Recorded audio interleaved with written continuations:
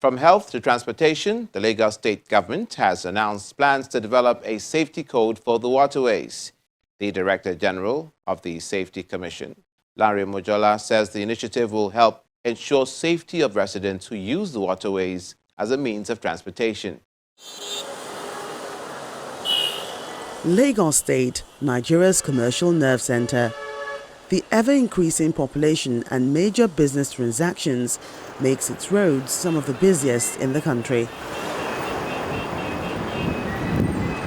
With the roads clearly overwhelmed, the state government is constantly encouraging residents to use water transportation to reduce traffic congestion.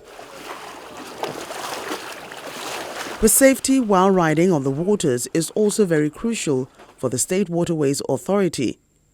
All passengers are required to wear life jackets before being allowed on any boat.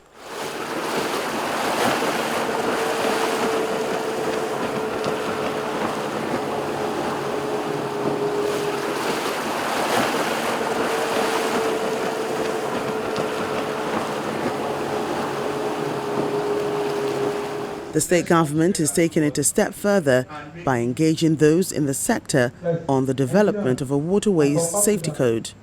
To try and drive traffic off the roads onto the waterways. Director General of the State Safety Commission believes such a code will encourage more residents to ply the waterways. In making the state a 21st century economy, there is the need to develop the waterways into an alternative medium of transportation where hundreds of thousands of people will move daily across the waters in an extremely safe manner. Basically, what we're trying to do is to bring everybody together, sit around the table, and agree codes and conduct specifics on how we will be operating our waterways. The policymaker is the Lagos State Waterways Authority. The general manager shares some thoughts on how to monitor operators to stop mishaps. As we know, our waterways is inhabited by several stakeholders. So I want you to imagine a scenario where you have the fishermen trying to catch their fish. You have the boat operators going about their business every day of picking passengers, and now we also have the extension of cargoes moving on our waterways to decongest Apapa and the likes. You have the loggers who are moving their logs from several parts of the country. You also have the dredgers who are currently dredging and doing their activities. And also you have the sand miners. Now every single person whom I just mentioned has a responsibility and has a role to play and has an entitlement to these waterways. So just imagine if there's the non-existence of the code or non-existence of operational standards by each of these people. There's several times my office has had to intervene where the fishermen said, oh, the boat operators ran into our nets. There's several times where I have witnessed it before, where on the boat, if not that the captain was very observant, the fisherman's net would have made our engines to be damaged.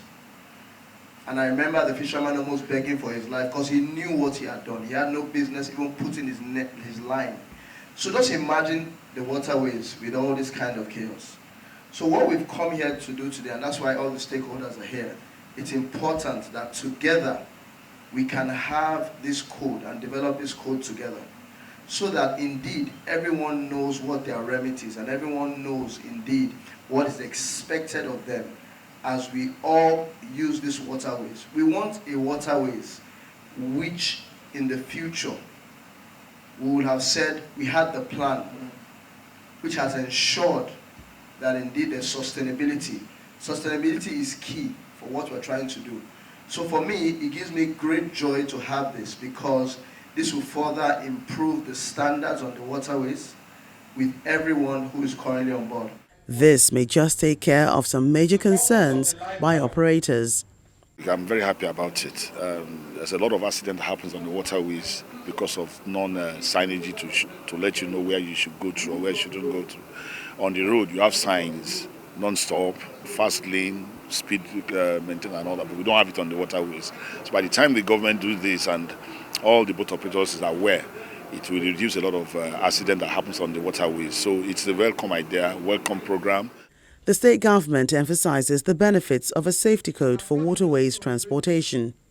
I believe that the safety code event for these waterways is going to transcend much more than what we are thought about initially. But I believe that with all hands on deck, I believe waterways will be safe for commuting, for goods and services, for everyone crossing the water, for water transportation too.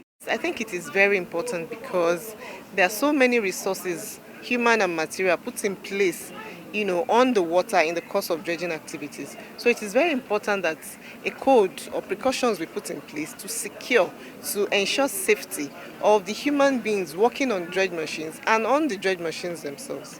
The Waterways Safety Code seems to be a welcome idea for passengers and operators, as it helps regulate the water transportation system and ensures safety of residents using the ferries and other boats.